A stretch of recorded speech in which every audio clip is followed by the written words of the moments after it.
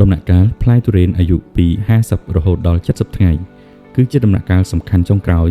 ក្នុងការកំណត់ទំហំនិងគុណភាពសាច់ទុរេនបើបងប្អូនផ្ដល់ទឹកឬសារធាតុចិញ្ចឹមក្នុងវគ្គនេះមិនបានគ្រប់គ្រាន់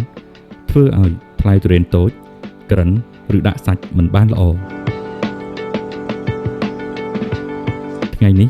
យើងនឹងមកសិក្សាពីបច្ចេកទេសផ្ដល់ទឹកនិងការប្រើប្រាស់រូបមន្តបំប៉នពិសេសដើម្បីឲ្យផ្លែទុរេនធំលឿននិងដាក់សាច់ពេញកែវល្អជាដំបូងគឺកត្តាទឹកក្នុងវគ្គនេះផ្លែទុរេនត្រូវការទឹកទៀងទាត់បំផុតត្រូវរក្សាសំណើមដីឲ្យបាន 60-70% កុំស្រោចជោគជាំពេកនិងកុំទុកឲ្យស្ងួតពេកនាំឲ្យជ្រុះផ្លែឬប្រេះសម្បកផ្លែបើអាកាសធាតុក្តៅខ្លាំងត្រូវបង្កើនរយៈពេលស្រោចទឹកបន្តិចម្ដងដើម្បីឲ្យកោសិកាផ្លែរីកធំបានល្អដើម្បីឲ្យផ្លែរីកសម្បកបានលឿននិងសាច់ពេញល្អយើងត្រូវប្រើរូបមន្តបាញ់បំប៉នទៅលើស្លឹក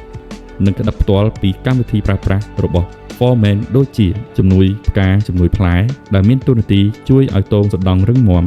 សម្បកស្វិតល្អមិនងាយប្រេះផ្លែនិងការពារការជ្រុះផ្លែ Aminoglycin គឺជារូបមន្តពិសេស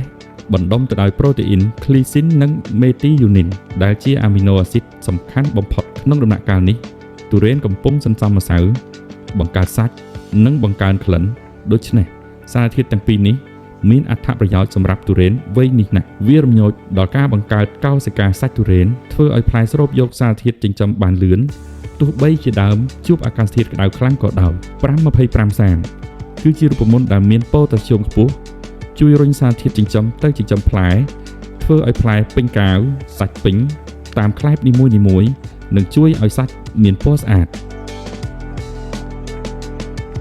ក្រៅពីការបាញ់តាមស្លឹកការដាក់ជីតាមគល់ក៏មិនអាចខ្វះបានដែរប្រើប្រាស់ជី Foreman NPK 15-5-25 អាហ្សូត 15% ជួយរក្សាស្លឹកឲ្យបៃតងដើម្បីធ្វើរស្មីសំយោគនិងប៉ូតាស្យូម 25% គឺសម្រាប់ពង្រីកទំហំផ្លែនិងបង្កើនទម្ងន់ដាក់ចន្លោះពី 0.5 ទៅ 1 គីឡូក្រាមតាមទំហំដើមនិងចំនួនផ្លែលើដើមសរុបមកវិញដើម្បីឲ្យផ្លែទុរេនអាយុ 50-70 ថ្ងៃលូតលាស់ល្អបំផុតបងប្អូនត្រូវផ្ដល់ទឹកឲ្យបានទៀងទាត់បាញ់បំប៉នដោយជំនួយផ្កាជំនួយផ្លែ Aminoglycin និង 5-25-30 រួមជាមួយការដាក់ជីគល់ Foreman NPK 15-5-25